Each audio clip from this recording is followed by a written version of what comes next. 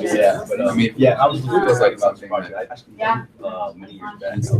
Yeah. So, It's not certainly like. I guess if my mind just like goes into distribution mode when I'm like in a space like this. I was having some friends to What do you think that is? Yeah. That's talking about like. Totally. I am. Yeah. Mostly independent, and we would, we would just say that we market. I'm still in touch. Actually, I had this whole like marketing launch thing. Some of my old friends by the market trained with. Yeah. So there's that. So people could be like, oh. But yeah, I try to do it a little bit. Yeah. And even if we had like chill rather than most days. Yeah, it could probably be like, what can we do for so $500 program? It's or a clip. Okay, so I It's really, I think this is yeah. So just a couple of tricks like that. yeah, no, it's interesting. I think I was really thinking out loud. It's like I came here. yeah, so he doesn't really care. Yeah, I think it's just like for ages. He was like, oh, just saying that So I was like, almost could be so good. I was like, probably like selling it. And then he was like, okay, well, if he's interested in doing some stuff, I was like, yeah. And he's like, okay, well, I'll see if he's like, set up a contract. So I bring it up. Yeah, you'll be good. I just drove in traffic with no water. I was. Oh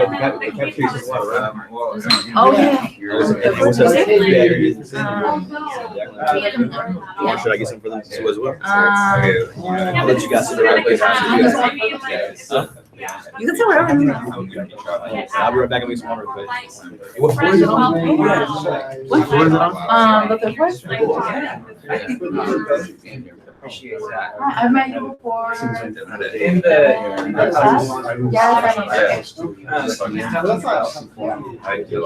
No, but the dragon. How does the picture look? Yeah. Too bright? Really good. Yeah, I just feel like Oh, it's okay.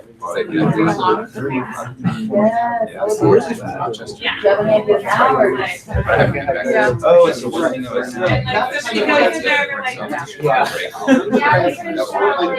Hey, we can.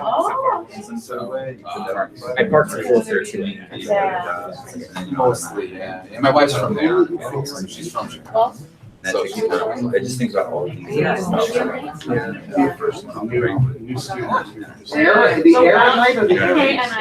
thing would be like parking garage. Yeah.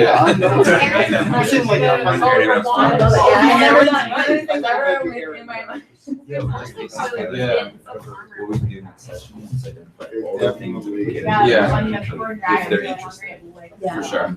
For sure. I was like, are you, is it a lot of things these days? I always have a strategy for expansion. Yeah. Oh, really? We can get it all done at once. Yeah. But I have this not Right there. Oh, then I'll stay here. Yeah, like Brian and Mary, I love this kind of stuff on short, like essential. But also it's kind of like just meaningful ideas to the general public. Yes. So this is like Yeah. And then considering it, Carolyn and Brian on the center, he makes one there. Which I love this and I look back but I collect resources for that. In terms of grants. So that things like, literally for a semester partnership. Well, that's a. Okay. Yeah. Yeah, I definitely want this to be expanded. Just, I mean, see, it's amazing. Yeah. So, I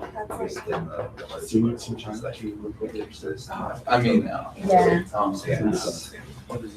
Yeah. well, I watch it. Hey.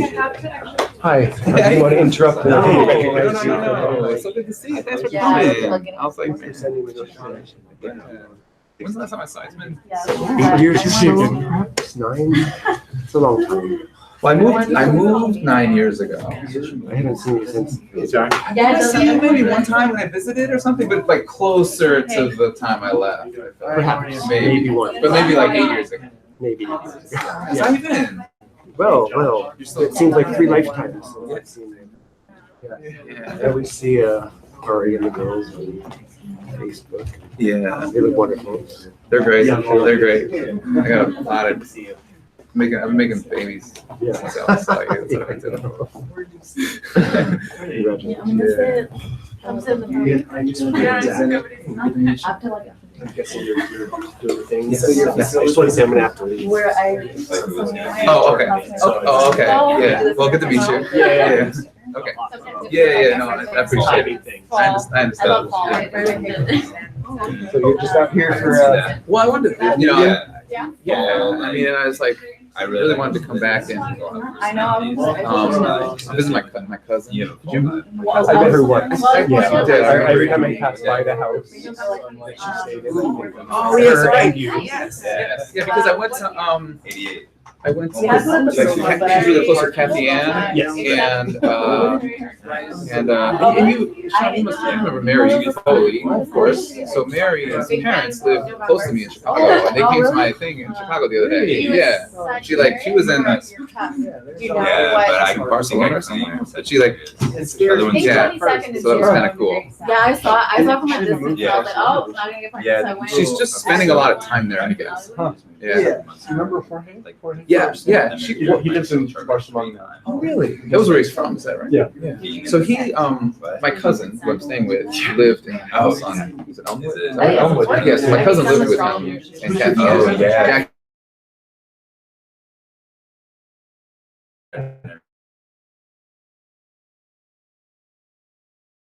Yeah, so like all those kind of people were like, My Republican uncle Yeah. still counts. That's a I'll little get 20 bit. seconds. Yeah. Oh, you did? Yeah. So, Yeah, so, those are like- yeah, Jackie myself. right? Like, Yeah. So, I mean, I'm ready to talk about it. I'll take like just a little credit for Yeah. coming. Yeah. And you were worried when she came out. What's that? She moved out here, I think, while you were at grad school. I think so. Yeah, it was around that time. But she went to high school in San Francisco, so she kind of was connected to here, you know.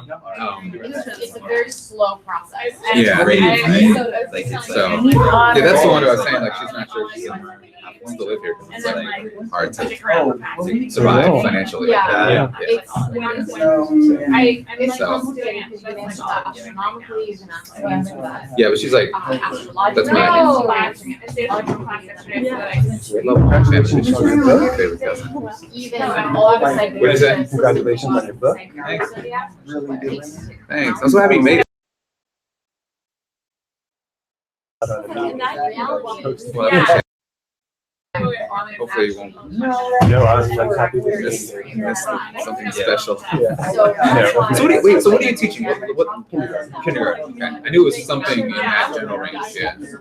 So Calliope, my middle child, is 5. She just missed the cutoff, so she's not yet. She'll be kindergarten. Yes. Oh, so That's cool. Kindergarten's awesome. Private school. It's like it's a Montessori school. It's really a really good place. It's a good combination of like I never saw you. progressive education models and also like diversity, social justice emphasis. So it's like got a lot of like ticks a lot of boxes. Kind of hard to find. Remember Monica? I mean, you have that. What's the Teaching Montessori Spanish back. Oh yeah, yeah, She was trying to introduce Look at it by cosmological component. yeah. YouTube channel? I mean, it's not unheard of in Montessori classroom. No. And it's an obvious fit because of the whole like world building thing that Montessori is based on. There's a lot of work. Yeah, it makes perfect sense. I Yeah, just looked at that Montessori.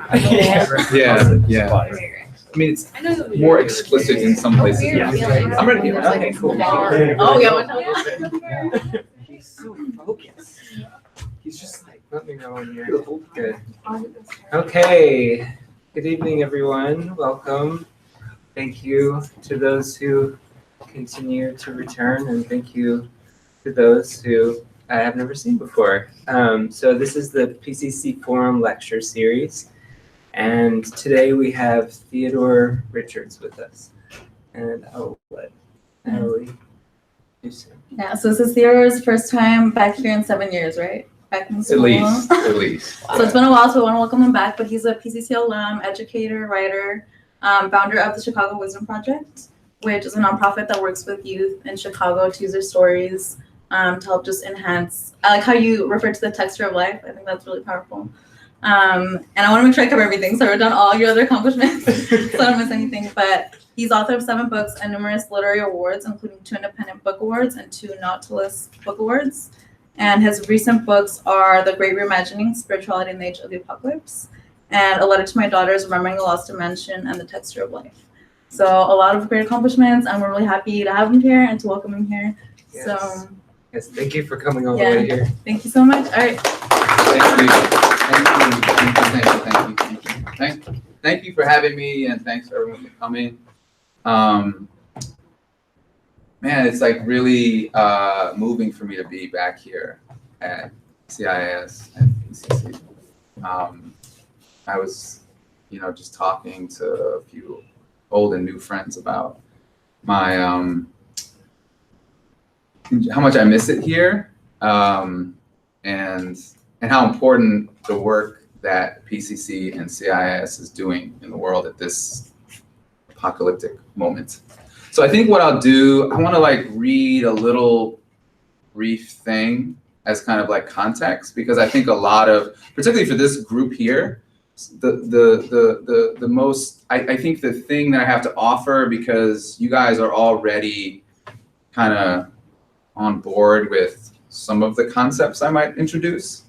So, but I think what I can offer is some poetics and some language and some storytelling possibilities for how to engage in this moment in human history. So I think, because I think the words we use are really important, and the way we talk about ourselves and conceive of ourselves and make worlds through our words is really important. So I just want to kind of start with a brief reading, and then talk a little bit about kind of where I'm coming from, and then have a conversation. That sounds good. Yeah? Okay. So I'm going to read this brief thing from my new book, which is really a story. I was asked to write a short book. It's a really short book, so you can stick in your pocket, which I like. So I was asked to write this short book of 8,000 to 9,000 words, and I thought that, so I thought of this as kind of a gift, oh man, I get to write, I get this many words. What do I want to do with these words, And what felt to me most pressing at this moment was to kind of to speak to my children and think what can I give them right now as they're confronting apocalyptic changes? What can I give them? And I felt like the most important thing was that I could say to them was that there's a way of engaging the world, of feeling the world, of tasting the world that we have, I think, lost to some extent. And I try to get to that point by telling stories of various journeys I took when I was younger, in days before we had cell phones, before we were connected through social media, and what it really meant to be alone, and what it really means to feel the world and not be reduced to a number, and to be only living in mediated 2-dimensional spaces.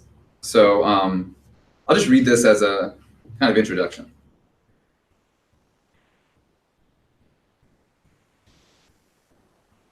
I fly in planes from one monocultural outpost to the next, thinking back to the days when I used to travel the world. In those days,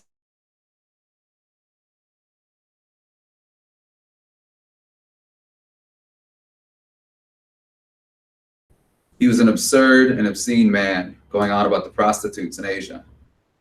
You love the girls in Vietnam, he kept saying. You might as well know now that this is how men talk. He bought me beer and lobster and a pia. Then we flew off to Wellington and Sydney, where he was disembarking and I was flying on to Vietnam. From airport to airport, we flew, from airplane to airplane. This was my first stop on a journey that would take me around the world completely. A spherical, three-dimensional journey. A journey of dirt and blood, a journey of taste and bodily sensation, a journey of texture. It never occurred to me that this man's work was flattening the world, to remove its texture so that he could consume it, just as he, in his mind, removed the depth of the women in Vietnam so he could consume them. I'm writing to you because I want you to live in this world, to feel it in its fullness, its depth. I want you to fall in love with the world, flawed and sorrowful as it is. Your lives and the world as a whole, these are indistinguishable to me. Depend on this. When I walk the streets of the city or drive its roads, I'm often unable to locate myself. Spaces have been built up in the interest of profit. They are replicable spaces, sterile and climate controlled. No one sweats, no one touches. All this comes back to the screen, which tells you that you are a number, valued in your ability to purchase things, replicable things. And you, a human being, are valued only when reduced to number, replicable like the product. The less human you are, the more valued you are.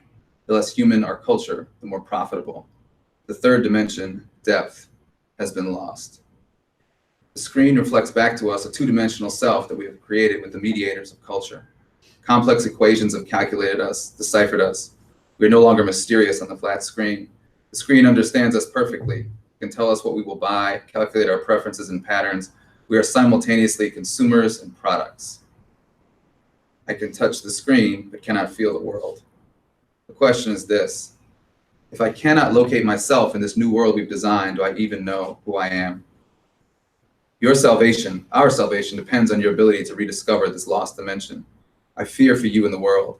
What I can offer you in this fight you have on your hands seems insignificant in the face of a culture that would flatten the world out and steal your soul, in the face of a civilization that would poison your water and toxify your air. You are called upon to bring the world back to life. This is real work, hard work. I can offer you only memories, stories of the world before it lost its texture, its depth. So that's just sort of like a framing for the conversation that I think is as important as any conversation we can have about who we are in the world and how we can actually taste and feel the world in all its dimensions. I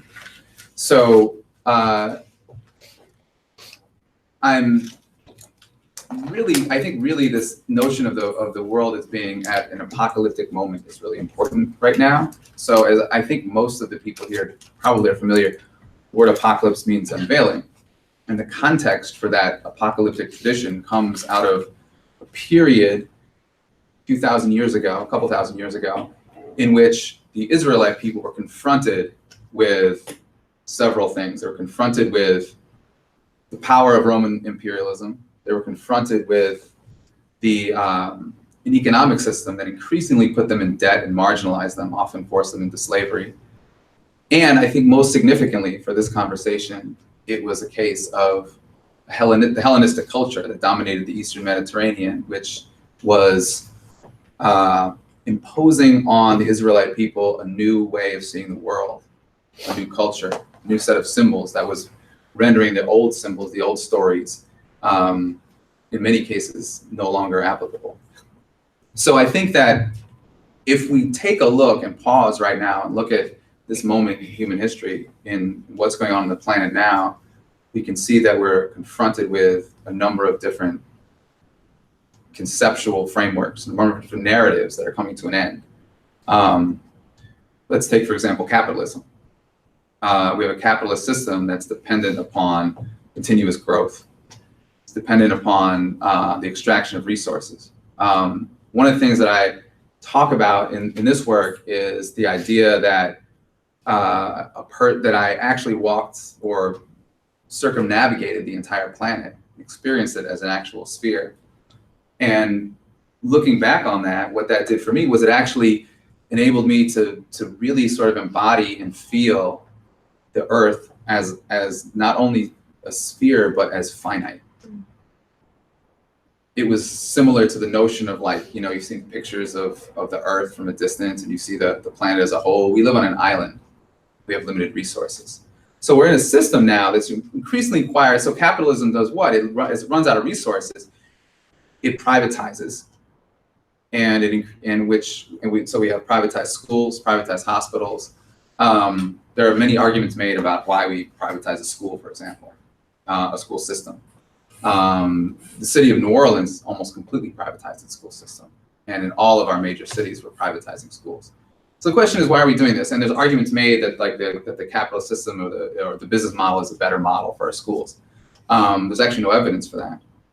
The reason is that there's a push generally in our culture and our civilization to privatize and privatize and privatize because we're running out of new things to exploit. So as we reach the end of capitalism, we're running out of resources, and we're confronted with really devastating ecological effects. We're also at the end of the narratives that we have about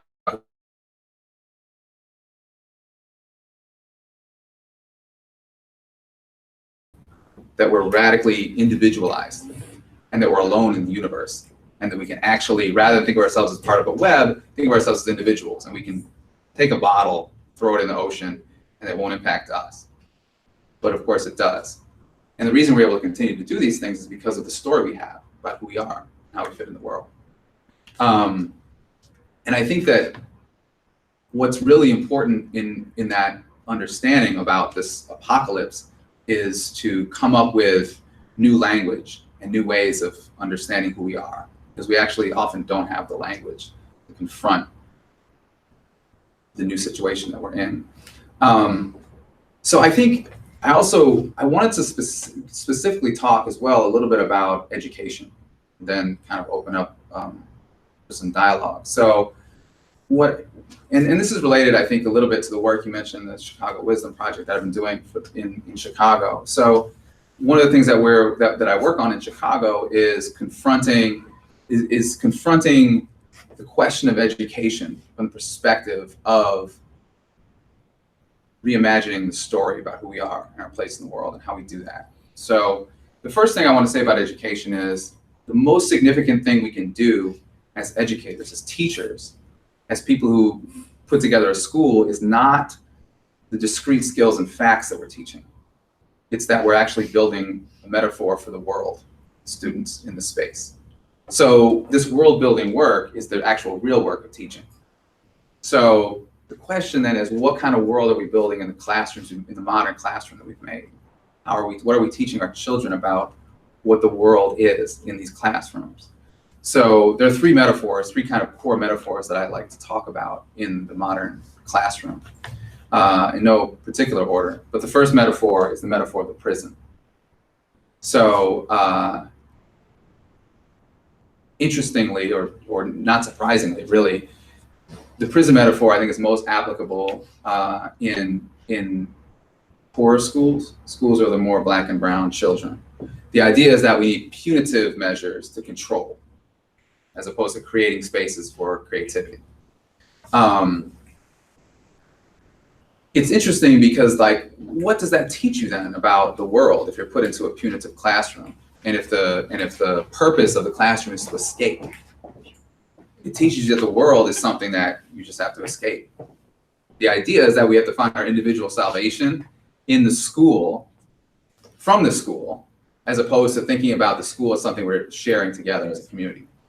So the second metaphor that I think I want to use for the school is the metaphor of the factory. It's been well documented that our school system arises out of the Industrial Revolution. Anyone that's been to like a kind of a common big public school, it's like a conveyor belt, and they kind of deposit English in you, and then you go to math and they deposit the math in you. And it's an efficient system if you're trying to train someone to work in a factory. It's also an efficient system to build a car, and it's an efficient system if you're trying to teach someone that the world functions as a factory. Because the real lesson in all of that is not the specific skills that you get in the factory school, it's that the world itself is a machine, and that we're part of that machine. And the last metaphor that I'll use for the schools is, and it's actually the one that's most prevalent today, I think the one that's kind of most in vogue today, it's the metaphor of business. In Chicago, where I live, the head of the public schools is called the CEO, not the superintendent anymore. Because the idea is that if you use a business model for the schools, they'll be better. We have systems like Race to the Top, where the schools are competing with each other, a free market system. So the free market is the model. The idea is that the schools themselves and the individuals in the schools are competing with each other, try to win, rather than cooperate. I like to quote Sir Ken Robinson, who says that the only that in every other endeavor in the world, they call it cooperation, but in schools they call it cheating, because in schools you're supposed to be competing with each other only, rather than like collaborating and working together. So the question then is, what kind of educational processes do we need at the moment of apocalypse? Meaning, what do we need in order to create new stories about who we are? And I have some ideas. So the first one, and these are no particular order. So the first thing I'll say is like, we need to so we're already doing it wrong here, right? So we're doing it wrong. So I shouldn't be standing up here over everyone. We should sit in a circle, okay? So, and we'll start talking, we'll start sharing, we'll start collaborating, we'll start like exchanging ideas, right? Because as soon as you have a teacher stand over you, you've given the teacher the power, right? And it's, it's okay. I can deal with it for now. But if you create a space in which people are sharing and learning, it's not that, there are teachers who have a certain amount of power in a space if they're adults and their children in the room, right? But if you can create a circle, that's a space in which it's understood that everyone in the room has a voice that's honored and respected. And it's not that it's easier to manage a classroom like that, it's harder. But what it does is it teaches everyone in the room that the world they want to bring forth when they go out of the classroom is a world in which different voices are heard and respected. The second thing I'll add to that, which is related, is that asking questions. Generally speaking, if we have a space, even if you're trying to just come up with a fact, if we have a room full of people, we can get the answer just by asking the question rather than just saying what the answer is. And what that teaches is that you have something to say about your world and that you can help add to the conversation, which is more important than the fact itself, even if it takes a little longer to get there.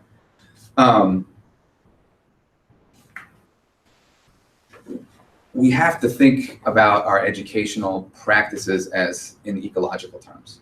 And this is, I would actually, to me, ecological is actually the antithesis of the capitalist model, because it's a relational model. It's a model of interconnection and interrelatedness, as opposed to the model of individualism. And it says something like, it says to the community that we're in this together, right? I mean, that's the lesson that I think that we are experiencing on a planetary level right now. I think that I've been thinking about this. This phrase came to me the other day that we need to think about, just like traditionally we've had one-room schoolhouses. We need to think about our planet as a one-planet schoolhouse. Because in a one-room schoolhouse, you're like stuck with each other for years. The big kids have to teach the little kids and take care of them, and everyone in the room, in the space, is responsible for each other. And there's no principal's office, and there's no police officer in the one-room schoolhouse to kick anyone out. You're in there together, and so you have to learn to cooperate and work together. I think that we have to figure out ways to encourage the spirit of exploration. What I was setting out to do, and part of the reason that I use travel in the stories that I tell is such an important kind of like tool to bring forth the language. Partly it's because it gets to something that's really deeply human, in that I think that our human beings have, for most of our history on the planet, have been wanderers. And there's something in us that needs to wander. And we don't have to wander physically necessarily. What we have to do, actually, it occurred to me many, many years later even after having children for several years, it occurred to me that the things that I was doing on an emotional level, on a psychic level, as a young man in my 20s traveling the world, was the same thing that my children do every day. Because when I come home, when I go back to Chicago tomorrow night, they will have made worlds. They'll have created an entire cosmos that afternoon. And they'll tell me about it. They'll have a story about it. That's what all play is. It's storytelling.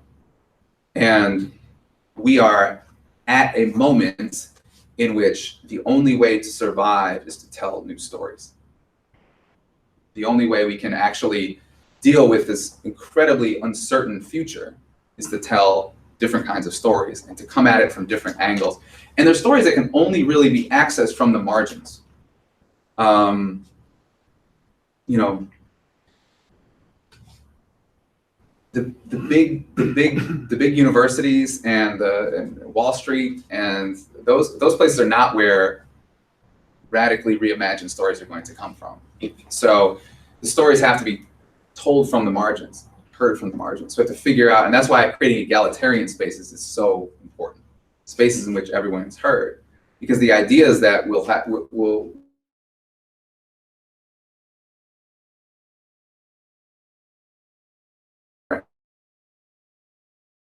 So, and I think I want to like say one more thing on a positive note, so this isn't too depressing, is that we have to figure out a pathway for joy in our learning, whatever that is. So whether that's at California Institute of Integral Studies or whether it's in a kindergarten classroom, there has to be a way to find joy. And joy isn't the same as ease. Joy is actually about living a richer life, a deeper life, and sometimes confronting the pain of the world allows us to feel more joy. Do people know, I think Brian used to tell this story, but I've heard it from another source. Do people know the story of Hawk and Mouse? No, I don't think so. okay. No, I was shaking my head. Okay, so I want to tell the story of Hawk and Mouse, and then we'll have a conversation because I feel like it speaks to this. Okay, so Hawk and Mouse. Do you know it, Sean? You know, okay. You'll know it. I think some of you will know it if I tell it. Okay, so the story of Hawk and Mouse is adapted. I think Brian would tell it. It's a story about evolution, but I'm talking about. Oh, you know now. Okay. Well, not the details. I'm looking forward to hearing. Okay, so here's my version of Hawk and Mouse. Okay, so Mouse was spending most of his time trying to collect food for the family and scurrying around and trying to avoid Hawk because Hawk was so fast and Mouse barely could get enough food and avoid Hawk because Hawk was all around and super fast. And Mouse was exhausted. He was tired of seeing his family members captured. He was tired of spending so much energy, barely able to get enough food. So Hawk prayed to the great Mouse. Mouse prayed to the great Mouse God in the sky. And Mouse said, "Oh, please, great Mouse, could you please make Hawk a little slower?" And so the request was granted, and Hawk slowed down. And Mouse was doing better. Mouse was able to get a little more food, didn't have to run quite as fast. Everybody ate a little more. And for a while, it was much easier. But then in time, Mouse started to slow down. And pretty soon, it was just the same thing again. And Hawk was right on Mouse. And Mouse was having a hard time. So Mouse went again and prayed. And again, the prayer was granted. And Mouse was doing better. And then Mouse was starting to slow down a little bit. And in time, the same thing happened again. And Hawk was right on Mouse. And Mouse was barely able to get enough food. So this happened a couple more times. Mouse kept slowing down. Hawk kept slowing down. And pretty soon, Mouse was barely able to move. Hawk couldn't fly anymore. And Mouse was really no longer Mouse. Hawk was no longer Hawk. So finally, Mouse went back to the great mouse god and said, please, I need one more request, and I promise this is my last one. And Mouse said, can you please make Hawk faster? So this is a way of describing the relationships that happen in evolution, but I think it's also a story about us. We're Mouse. And we are, by sterilizing our planet, paving over our planet, we're paving over ourselves and making ourselves something less than human. And the question is, can we become human again? How can we do that? So I'd like to just have a conversation. So if folks want to just talk a little bit. Would you like a chair? Yeah, that'd be great. Okay.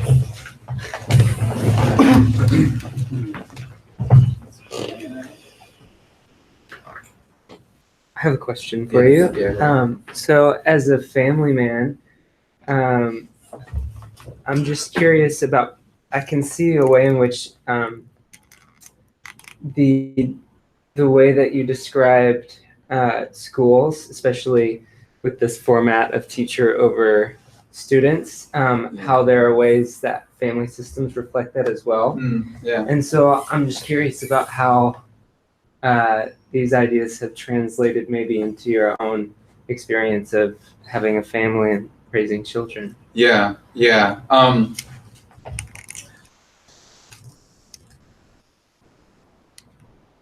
I think that it's there's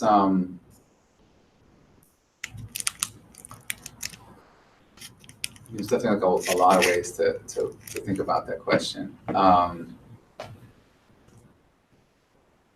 think that the thing as a father, as a parent, I think that the thing that's most, I feel like that's most useful for me to do often is to listen.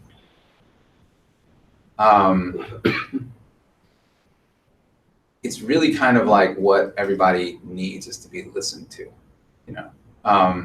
So I think that's like the thing that oftentimes like a lot of us don't have from our relationship with our parents is that listening.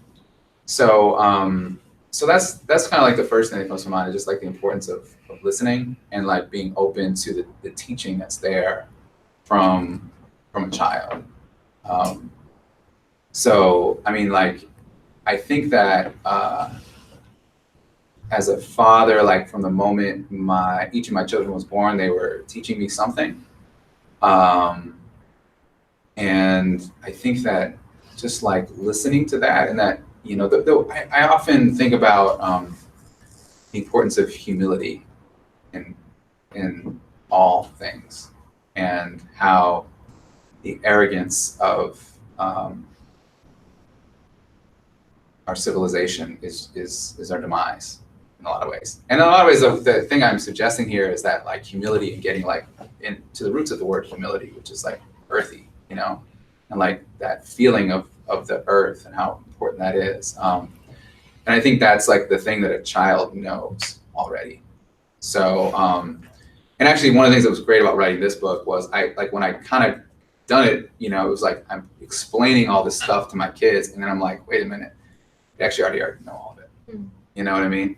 And I don't mean that, like, I literally mean that. They actually know that it's important to, like, they know that they get to make their world and that they're playing and like touching things is how they experience things, So, so I think that being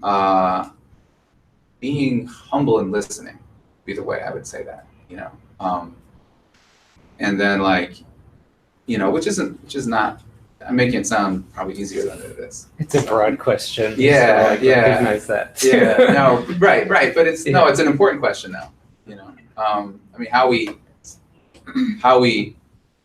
we engage our children is extremely important, especially given that we're like they're inheriting many traumas and challenges, and we have to be, I think, have our eyes open about how they're going to engage those traumas and challenges. So yeah, it's really important. Theodore, I really appreciate the different models of what a school is that you laid out for us. And it made me think of another, what I think of as a mistaken conception of what education is all about, where education is always thought of as it's preparation for something else. Yeah. And you get, once you get out of school, then you're finally ready to start your life. Yeah. You've done the learning you need to do. You've got the knowledge, or at least you've got the degree that opens the doors for your job or whatever. Yeah. Whereas in terms of changing the story, changing the worldview, re-examining what it means to be human and what we're doing here on this planet, it strikes me that education is probably going to need to be at the center of that new worldview as more of an end in itself, as something that we engage in as adults. Yeah. From all through childhood, but then it continues until we die, because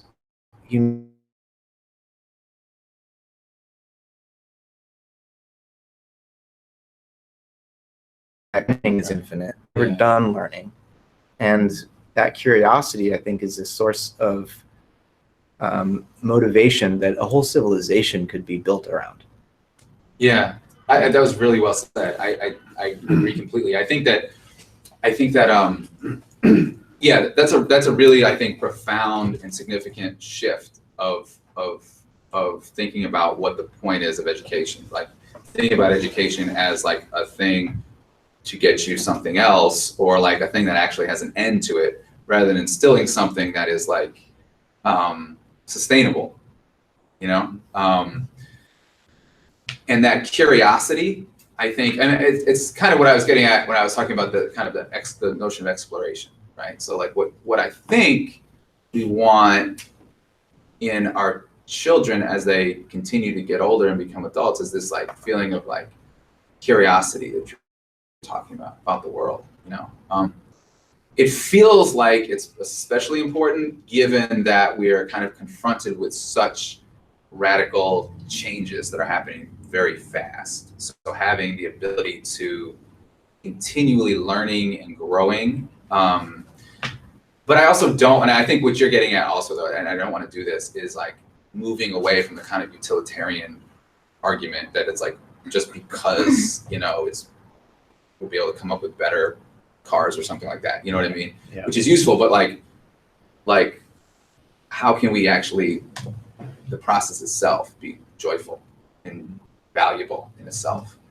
So yeah. It strikes me that, we want to be able to have scientists who can solve problems and engineer solutions and stuff, but the best way to find a solution to a really difficult problem is to play. Yeah. Because then you think laterally and you discover that the solution's not trying to like keep jamming in the square peg into the round hole, and maybe if you just twist it just right, but it's so like look to the left and see that the solution isn't even within. Like I think about like the importance for humans in our retention of these childlike qualities as we grow, which is different from a lot of other of our close mammal cousins. We're like have the childlike capacity. And that's what we breed in dogs, right? Like a dog is like a wolf that's just like stays a puppy kind of,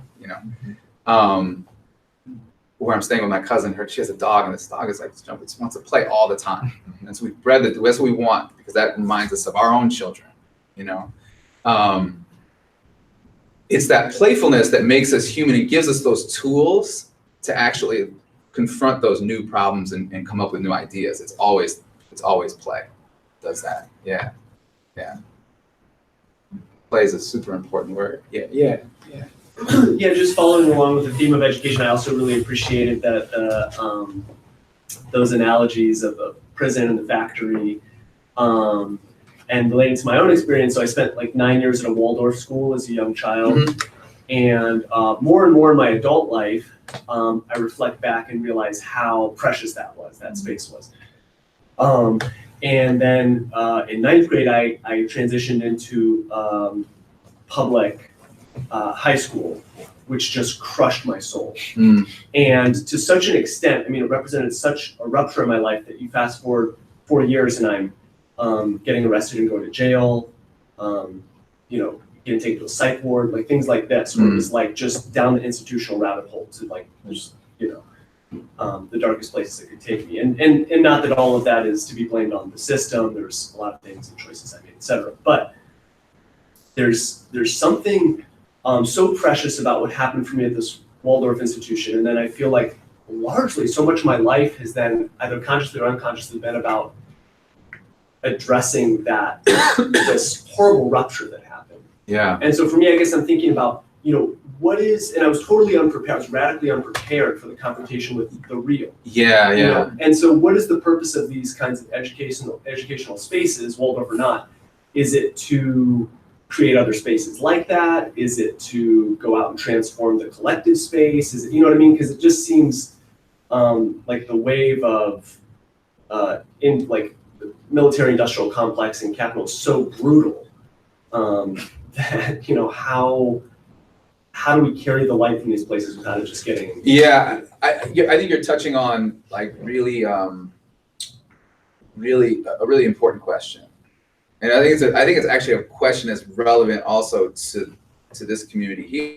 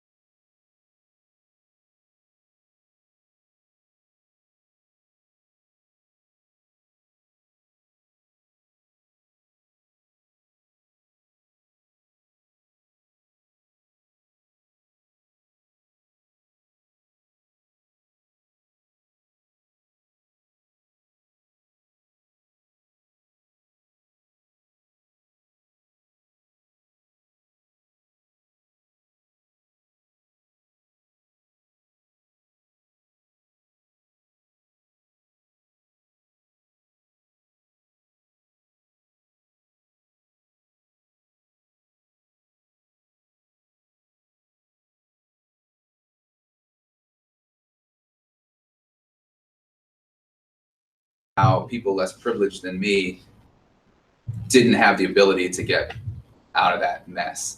You know what I mean? So there's like a real learning for me in that experience. So Was there other comments on that though? Yeah, Oh, yeah, go So ahead. I really want to. Yeah, no, jump in, please.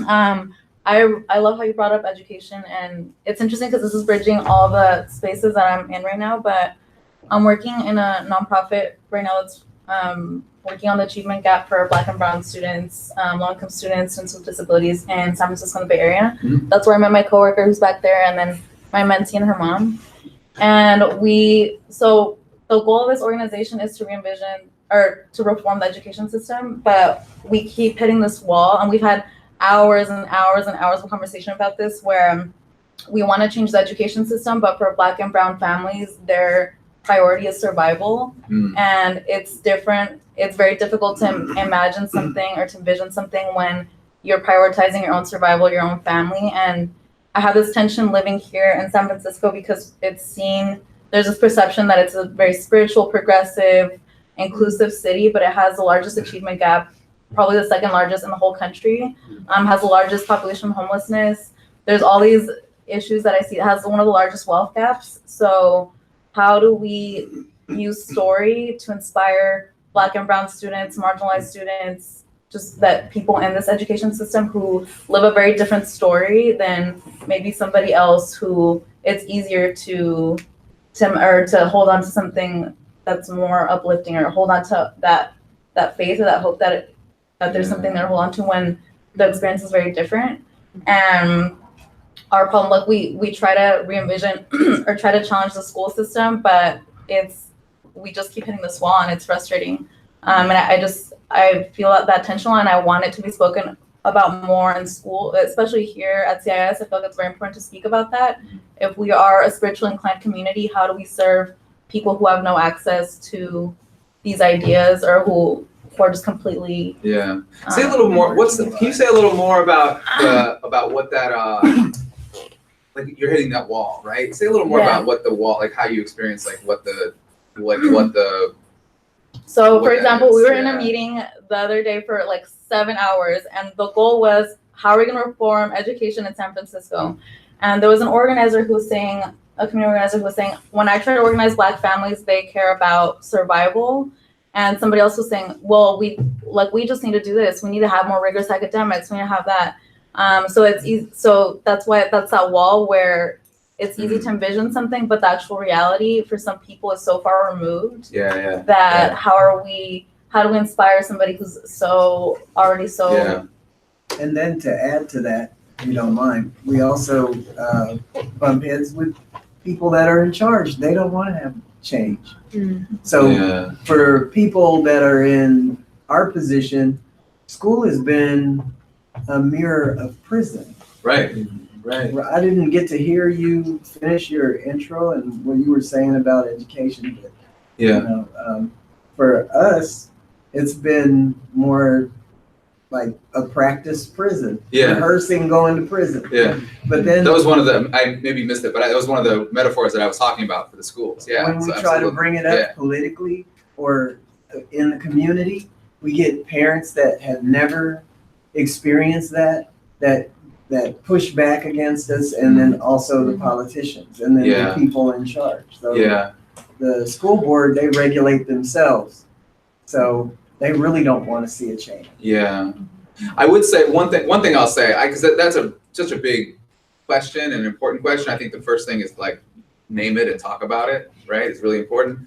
I want to say, one thing I do want to say about it though, you talked about, is like, I think that it's really important for people who are coming from progressive spaces to actually be mindful that, and it's like really hard when you think you have the answer, to not actually introduce the answer to the space, because actually you have to just kind of listen sometimes.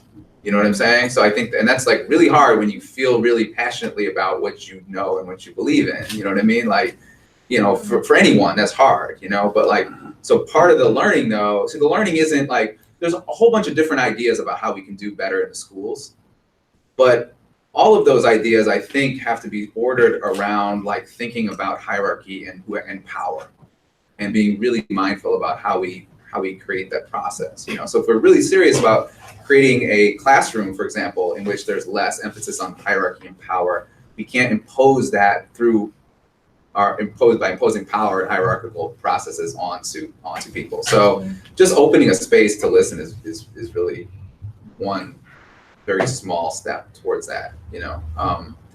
I also would just kind of add, and I think you were speaking to this a little bit. I think that there is like there are like people are really deeply invested in things not changing, you know, or in fact like increasing. You know, one of the reactions to an apocalypse or to let's just say uncertainty. There's like, you know, we're at PCC, we're thinking about like new ideas and reimagining our world and all this stuff. The other reaction, the more common reaction, is to like double down on what's already happening. It's fascism, and you just have to look around and see like all of the fascism and all over the planet right now. It's fundamentalism, so it's like clinging more to the order that's already there. So that's a common response, I think, is like that clinging to things as they are, you know. So like just being aware that they're really powerful people that are deeply invested in not changing. But it can still happen, so I don't want to be it. Yes. I had an experience last week that really is like coming from the other side of what you were speaking with, just continuing on the parallels between the school system and the prison system. I go into San Quentin State Prison every week and co-facilitate with a group there. And I was walking in last Sunday with a group of new facilitators who'd never been inside of the prison before. And we were walking together to go to the building where we do our work. And we're walking across the yard, and she turned to me and she said, "Oh my God, it looks like a school." And in that moment, and so then I was like, yeah, it's weird, huh? And so we were really talking about seeing it from that other side of, yes, these institutions are the same. That's a horrible and beautiful story. Right? It's like, it was like. And I'm just going to, I'm going to use it probably. I mean, it was a real thing. It was a real thing. That's like, you know? That's amazing. Yeah. And it's completely mirroring. And the population that I work with is mostly people who are juvenile lifers. So they committed crimes when they were young and were tried as adults and got life sentences. And so working a lot with a population who's incarcerated with a lot of childhood trauma. A lot of it has to do with the school systems and with just those deeper systems they're talking about. It's a huge thing. And another thing I'll say about being in San Quentin is the lack of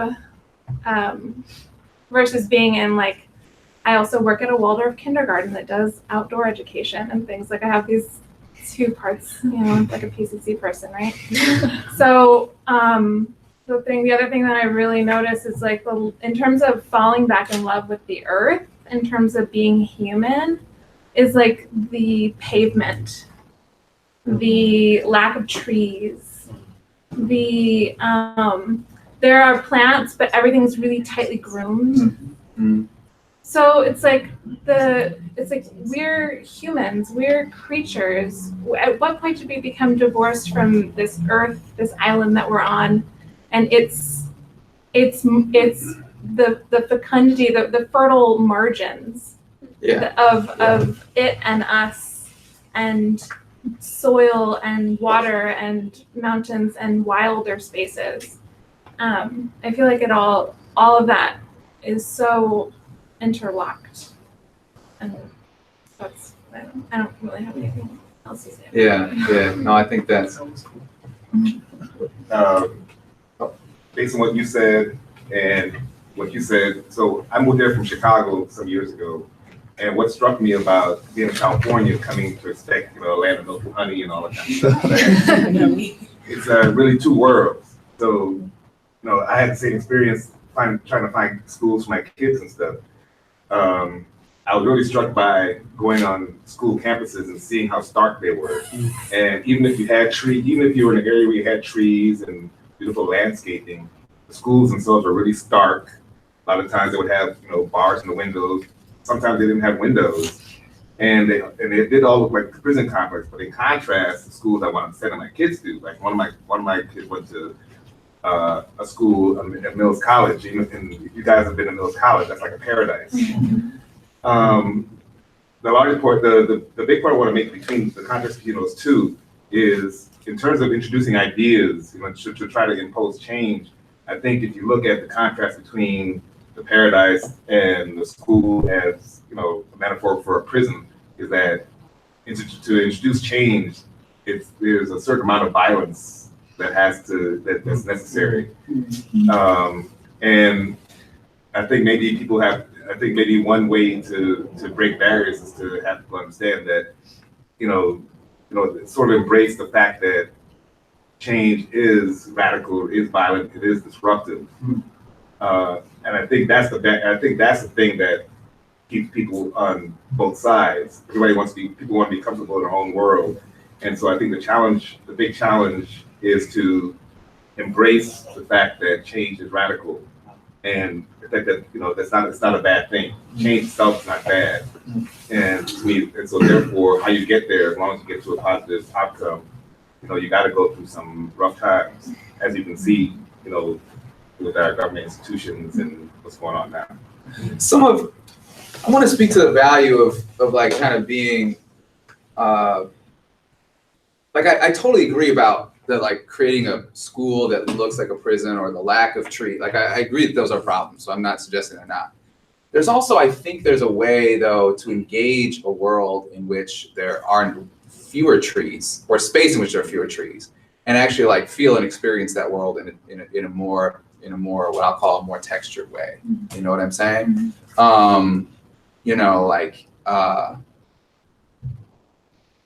I think about so Kwesi, since you're from Chicago, you've surely followed the Trayvon Martin thing, right? So I sat in my living room with my wife, and we're like watching this trial. Are people familiar with the Trayvon Martin case? Okay. Not knowing if our kids were going to be able to come home safe from school because there were going to be riots in the streets depending on what happened, right? So what happened with that, what I think really is so profound about a situation like that, like here's a kid who's, how old was he when he was killed? 16, 17, yeah. So what I think is interesting is if you've seen the video of his murder, two people can look at the same video and see two different things in the video. It's possible to look at the video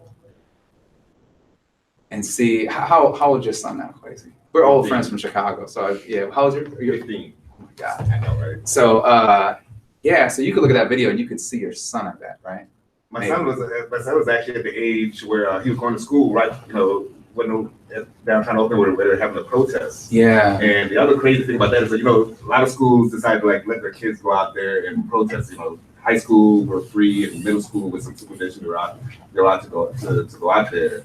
And my son was really shocked by the degree to which law enforcement wanted to keep everything tamped down. So there are also a number of people who looked at that same video and didn't see a boy being killed. Right. A boy who was going through some type of episode, who was traumatized, who was so many things, who was far from perfect, but who was still a boy, right? So what I want to do is take seriously, like we're really to take seriously, like thinking of ourselves ecologically, we have to think about human communities as ecosystems. Think of our interrelatedness, right? So think of ourselves as being kind of in this together, So I think it's just so easy to us to think of ourselves as separate from rather than connected to in those kinds of situations. So I think we have to if we take seriously the ecological argument, we have to extend that also to our human community as well. I think it has to be that. Yeah, go ahead. I really appreciated what everyone has brought in. It's been stimulating. When you made the recommendation of educational models founded on sitting in a circle and asking questions. It made me think of the BAC program here, which I went through, which was based on Paulo Freire's model of critical pedagogy. If anyone, Paulo Freire was an educator in Brazil. I think he was teaching in this like 50s, 60s under the military junta, and it was this whole model that was focused on kind of working with people who were the most oppressed in that society. It's in a circle, and his fundamental notion is called conscientization, and it's this idea that everybody already has the tools to collaborate, make sense of their world, and make sense of it in a world that looks upon it critically with a view to changing it.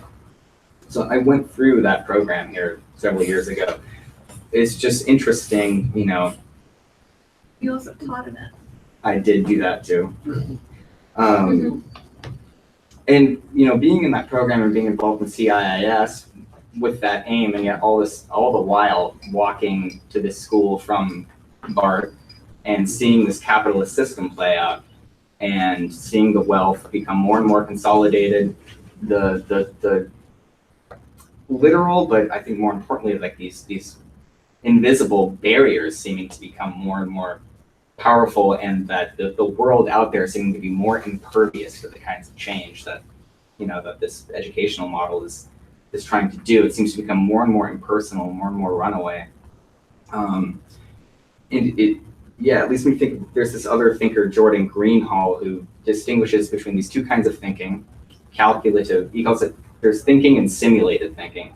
And as a metaphor, he's essentially saying that it's like the difference between memorizing your times tables and understanding how to do multiplication as a principle. Yeah. Right? So it seems like Freire called it the banking model of education. It's this idea that the teacher deposits, which is another metaphor, deposits knowledge into students who are empty. That the whole capitalist system is like it's depositing, like you said, it's like the factory too. It's depositing this knowledge that's passively accepted. It's like that simulated thinking. It's like knowing your times tables. And what he's saying is that works well so long as the system is well suited to that knowledge. So what this is all leading up to is the theme, and that's why I appreciated what you brought in about change being a kind of sometimes nasty process. This idea of falling in love with the world in apocalypse. This is where I feel torn, because if this system is so successful because that kind of simulated thinking continues to be successful in a system that's well geared toward it, and it's kind of ironic that entrepreneurial spaces are kind of seen as being the creative hubs, but it's creative on a surface level, but there's the system that is still running on the basic capitalist principles that aren't changing, undergirding it.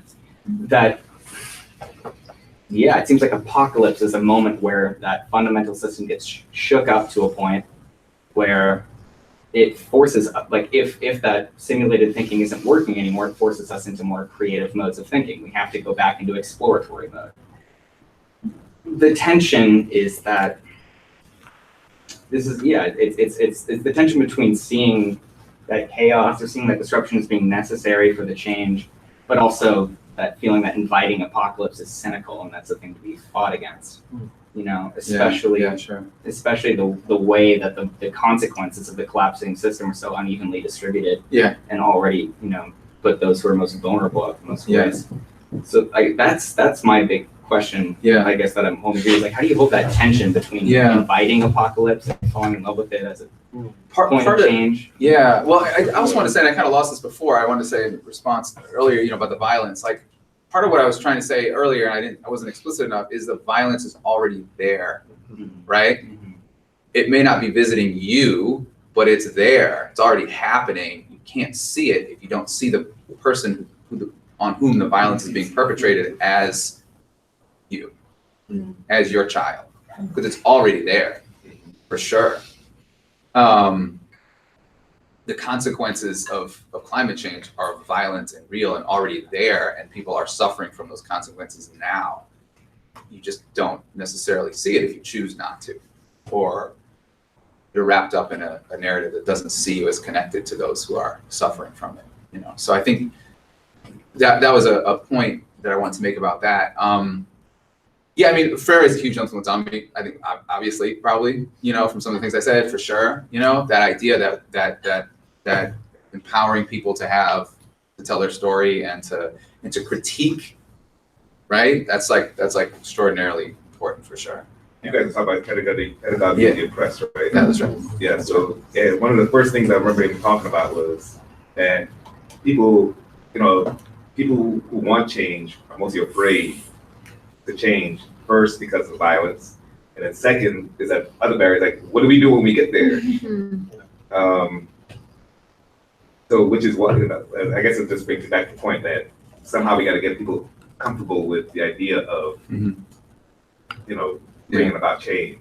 Yeah, and I will say one more thing. One more thing, real quick, is that I think that I see falling in love with the world not as separate from looking honestly at the suffering. I actually think they're linked. I think that they have to be together. You know, you don't fall in love with a person because of their, well, you might. I would not fall in love with a person based on their Facebook page. I fall in love with them in all their dimensions, right?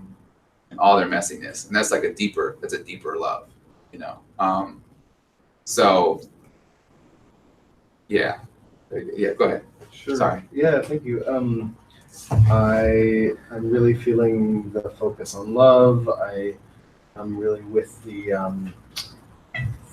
fostering of imagination and the nurturing of creative sort of curiosity for kids, for adults, for all of us kind of facing and learning what to do around all these changes, around all these apocalypses together. And I've oriented to exactly that, like having the kids fall in love with the food and this sort of intimate, close at hand relationships and the seasons and all of that before I start introducing like, and the earth is sick and we've done that to it and it's dying and it's in trouble. And I'm wondering if you have some reflections on, I guess I want to say somewhat like the age appropriateness, but I don't think it's necessarily age specific as much as sort of maturity or sort of, as you're saying, we want to be able to hold the suffering, we want to be able to hold this whole spectrum of what's happening. Do you think that there's ways that you can see to be introducing the really intense, like actually the world is ending, actually we might not make it, actually like if you're not feeling violence yet, it's coming, all that kind of stuff, without it being, terror, a wave sweeping over you that you have no control over, which takes away agency, which is paralyzing all of that. I'm laughing not because it's a funny question, but because I don't know how to answer it. I mean, it's hard. I want to kind of say, you know, because I honestly can't even answer with my own children. Right. You know, I mean, my 10-year-old, I can say, like, there's a lot that she can understand, you know, and there's a lot, quite honestly, that she has to understand. Yeah. You know, like she has to understand her position in the world, specifically where we live, and like there, you know what I mean? So even before we get to climate change, like she has to understand like what's going on in 71st Street. You know what I mean? So there's so there's that. So there's a certain amount of you know, I tend with my own children to be pretty open about things, you know, you know, to the point where she, you know, she was, you know, like we're pretty comfortable with our bodies and things like that in our family, just as a little aside. So like the other day I found out she had told her friends what condoms were. So, you know, we have to tell her that the other families don't talk about these things as openly as we do. So, or like the end of the world. Like so she goes to school, you know. You use situations to describe. Yeah, things, right? I think that for sure, you know, I think it depends on the child, you know, and I think here's what I would say. So, and this is one tension I felt over the years with the youth that we've worked with, not my own children, but is that there is a desire that I've gotten from certain kind of social justice oriented foundations who have wanted us to sort of have our young people kind of like pushing a particular political agenda. Okay, that's not really what we've done, and not really what I'm actually interested in doing.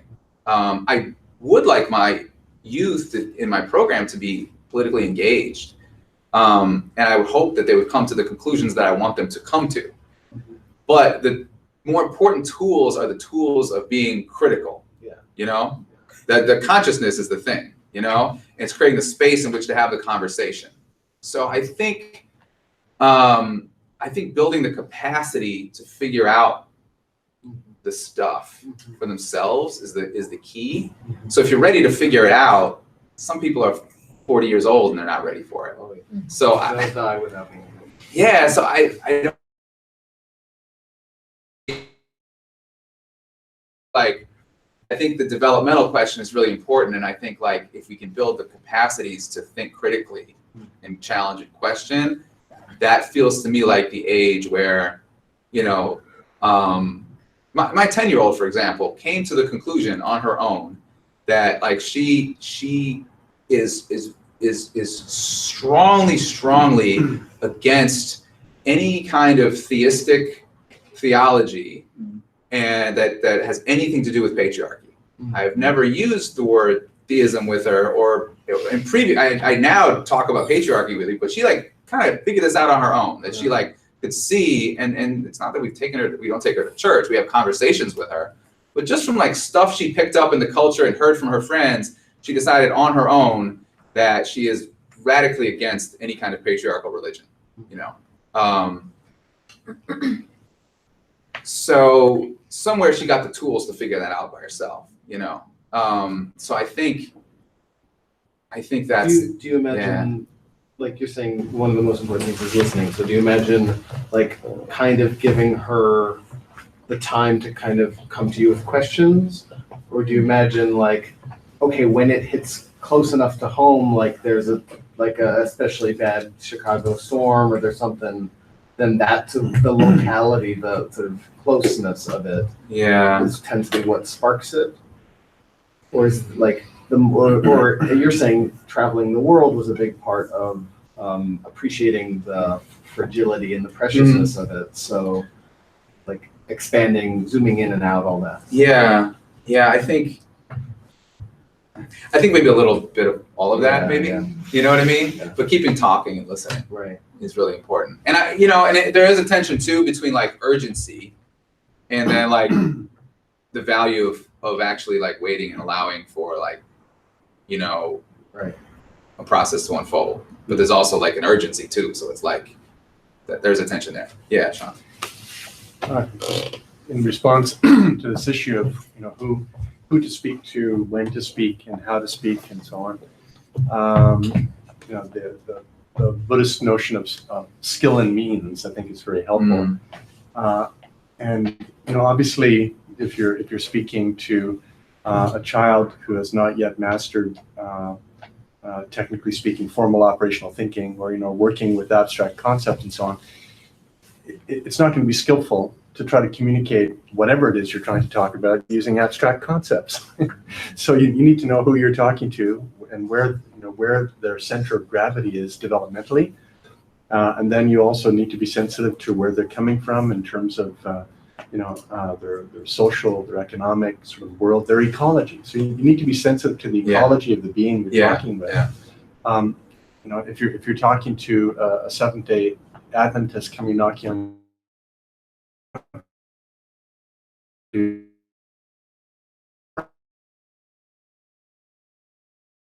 textual criticism and so on, or archetypal interpretations of as true as it may be.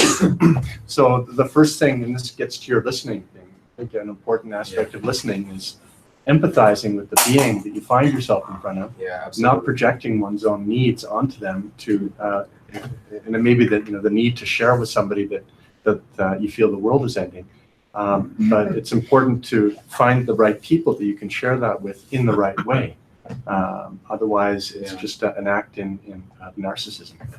Yeah, I think that's well said. Yeah, it's true with children as well as adults, right? Like figuring out where people are at, and I think that like for some of, I think it's also useful to recognize that each of us has a particular position in which we engage this kind of multifaceted crisis, you know? And because we have our own way of engaging it that we think is best, doesn't mean that is best for everyone else, you know?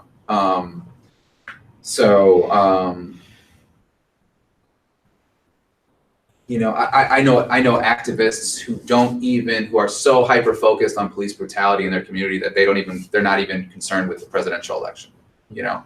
And I'm not suggesting that's the right approach. I'm just saying like that's where they are, and they're still doing good work. And is my role to preach for them how important it is to vote for the presidential election, or is my role to just listen to the good work they're doing? I think is kind of what you're talking about. So yeah, thanks for that. Is there anybody online? Anybody tuned in? They would have just heard you ask them that, and I'll let you know if they comment. I have one more question that maybe we can all weigh in on, but I think what we were just especially talking about was considering the ecology of a learning situation as an educator. And I think you talked a little bit or spoke to this when you were talking about the way that you relate to your children listening. But I'm just curious about what people might think in terms of being a student and showing up in these different situations.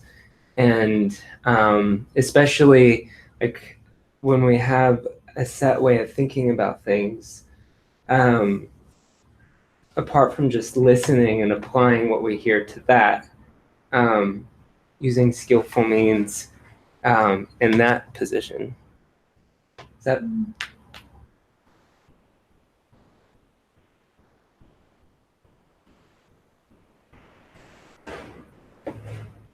I think that was for everyone. So Yeah. Yeah. You mean like from the position of a student, how do we? I guess there's almost like a binary that breaks down. Mm-hmm. Yeah, I think, I don't know, in a pedagogical space, I just think, and we're talking about this at work too, but we're talking about how in classrooms what is lacking is just deep engagement and deep thinking, and I feel like the listening can come from the educator maybe or the facilitator, but from the student there needs to be a deeper engagement and a voicing. I don't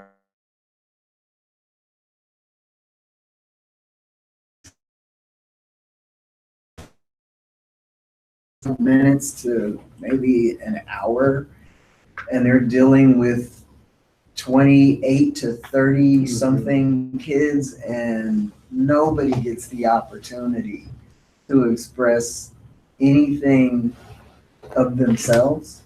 The teacher's so busy trying to put her program down or his program down.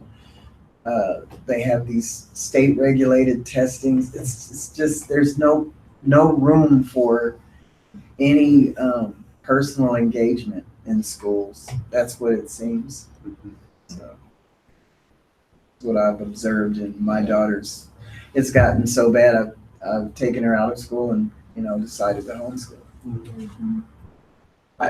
I think that it's maybe deviating a little bit, but when we were speaking just there, I felt like something that has to be mentioned is, and I think it relates to our engagement with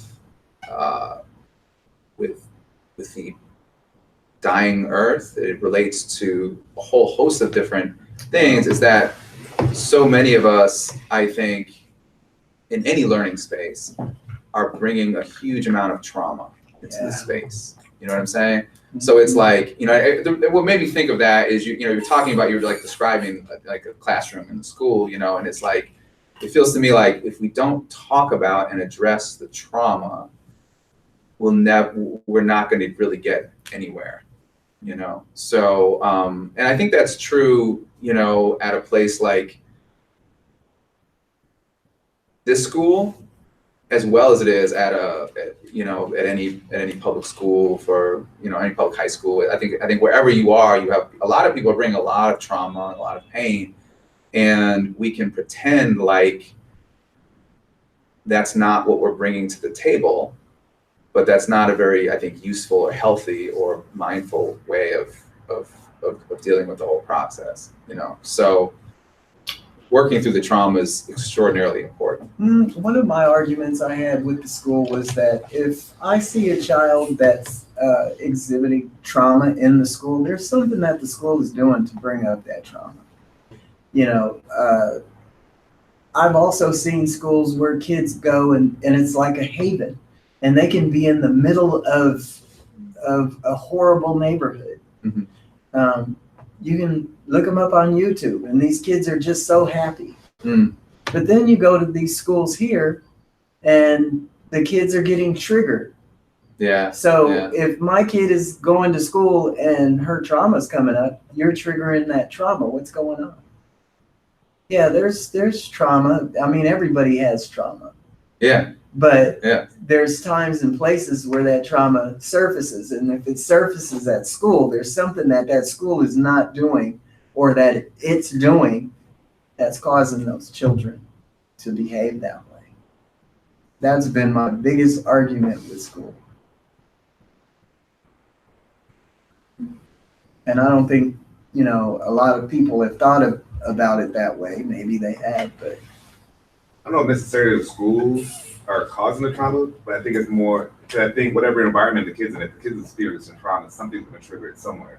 But I just don't think the problem with the schools is that it's an environment where the kids are in like half their lives, pretty much. They spend a lot of time, in some cases, they're spending more time in school with other kids and teachers than they are at home. I don't think the schools are equipped to deal with trauma. So it just keeps, it's usually unaddressed. Well, you have a point, but because they are not trauma informed, right. They're doing things that are being very rude to the kids. Right. They trigger the trauma. Like I said, I've seen some schools that do amazing things with kids, and they go all day, and they go home, and then they want to hurry up and get back to school because the school was a great place for them. And these are kids that suffered the most trauma from inner cities. You put some of these in programs. Yeah. But you're right. And, as growing up in public schools, I love school. I was one of those kids that was always looking forward. I hated missing school, hated getting sick and all that stuff. But people sitting next to me had the total opposite. Can I share about what happened with you? So, thank you. And for her, she was sitting in circle, listening, and she's a multitasker. And she was sucking her thumb. And the teacher said to her, "Oh, you want to suck your thumb like a baby? Put this diaper on." Oh. And made her wear a diaper in class. No way. That's triggering kids' trauma. No, that's And then the case a principal that was walking around the school kicking her in the behind, talking about it's the ghost of the school. Oh, sounds abusive. Yeah. That's not just triggering trauma. That's That's triggering. And I'll even go a step farther and say that every black male child that went to that school, I'm talking about here in San Francisco. Did you go to school here? Chicago. Okay, so every black male child that went to that school has gotten kicked out. There's been no black male child in her Spanish immersion school that actually got a chance to graduate. My son's been, he was kicked out like 4 Except for schools along the way. So, I mean, what I'm seeing in these schools here and now, it's horrible.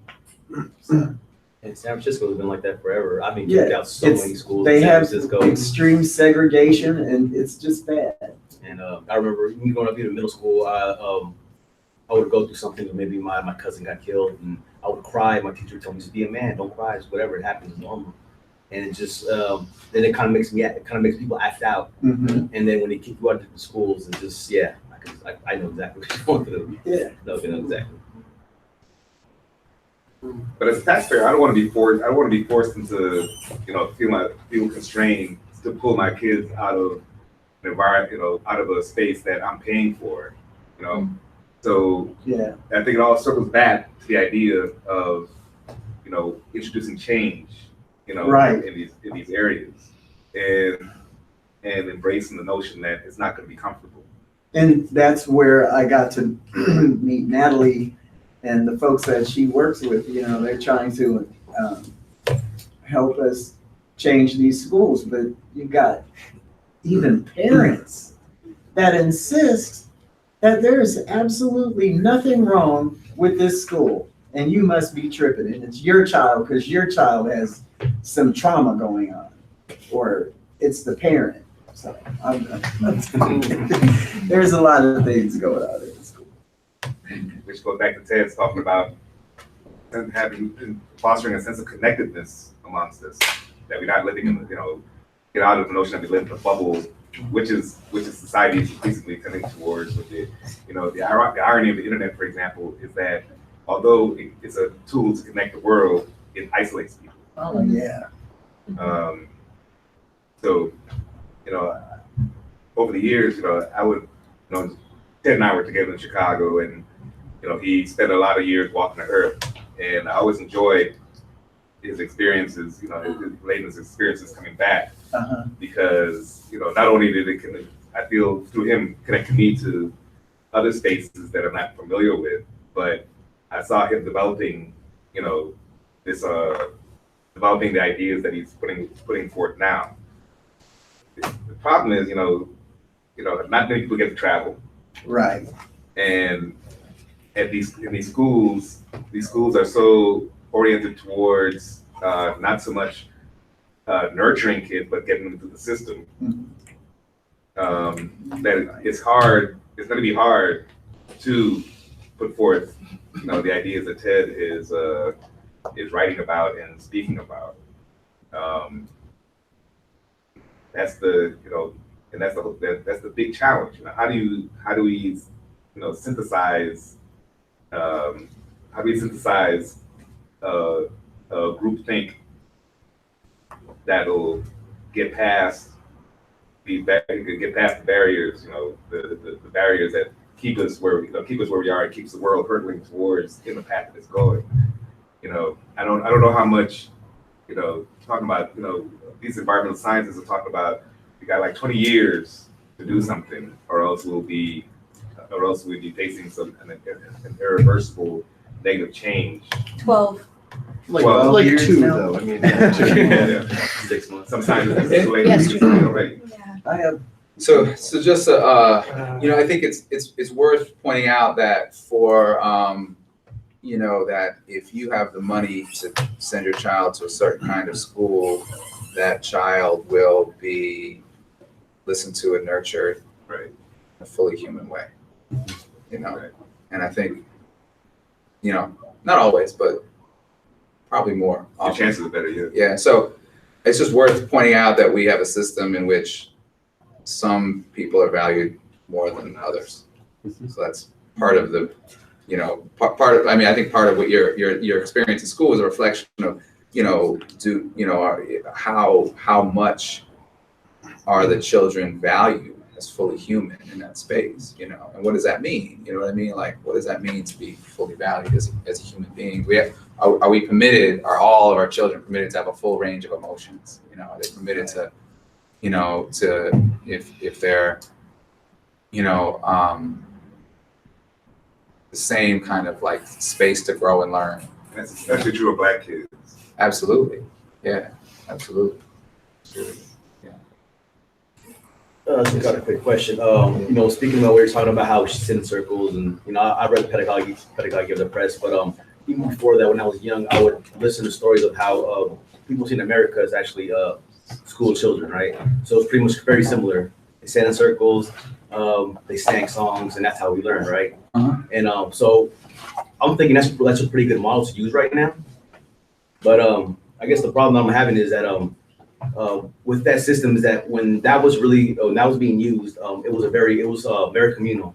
So everyone knew each other, everyone knew each other's problems and everything. So how can we incorporate that now where we live in major cities, where kids live in different neighborhoods, going through different traumas?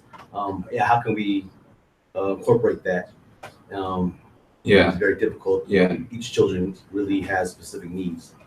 Yeah, I mean, it's a big question for sure. It's a good question. What'd you say? High level. Yeah. I mean, so right. So there's a lot in that, right? But I think part of it is like really like looking. I mean, it's a structural question. I think, like how do we put together a learning space, or how do we think of our communities in ways that we can kind of my own experience working with youth, whether it's in school or not in school, is that the greater sense of community that we can instill in the group, everything else is more productive. So like if and what I mean by that is when the youth begin to care about each other, regardless of whatever differences they may bring, if they start to care for each other in that space, then there's a lot more positive things happening. So, but there's a lot that goes into that though before you can get there. And I think that's what you're getting at. It's not always easy in the context of the way our schools are currently structured. So I think we have to look. I mean, that's a long conversation about how you would structure a school or a learning environment or a community. But I think we do have to look at kind of like how we're structuring things so that people can feel like they're more a part of a community. Yeah, that's one of the major problems here in San Francisco as far as like the lottery system when it comes to schools, where children that live in a certain neighborhood, they are forced to go to another neighborhood. Yeah, sure. And so even people in the same block, 5 different families, and all of them go to 3 different schools. Yeah, they're all far away. Yeah. So as far as create that kind of community, it's very difficult, especially here in San Francisco. Yeah, right. In Chicago and in a lot of other places, I do know that part of that is with charter school movement, which is a privatization of the schools. You also have that movement all over, right? So it's like people are moving, not necessarily. So the neighborhood schools are being intentionally underfunded, so often phased out and closed. So you no longer have a neighborhood school. You no longer have a place where you can walk to, right? Where the kids on your block go there. You have to go somewhere far away. You have to try to get into some school on the other side of the city. Yeah. So that is one of many. And charter schools do try. There are a lot of part of the notion of charter schools is people trying to develop new paradigms. But you can see the difficulty in terms of depending who you get your funding from, who's doing the chartering. That plays a huge influence on what kind of goals the students are trying to accomplish. It's a very difficult thing, and the reason why I say it's high level is because is that I believe that the government has to set it has to set the tone. But you got to get people in government that will start thinking that way. Or get people into government that way. So first off, you got to vote. Start looking at the Dutch. Yeah. Neither Democrats nor Republicans at this point have shown an ability to think at that level about our schools. Say that. Yeah.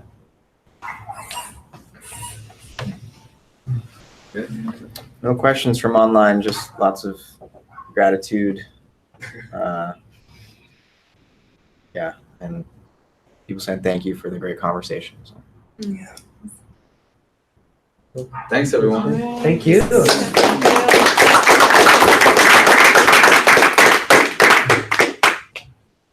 So if you wanted to, I have some books. Whoever wants to.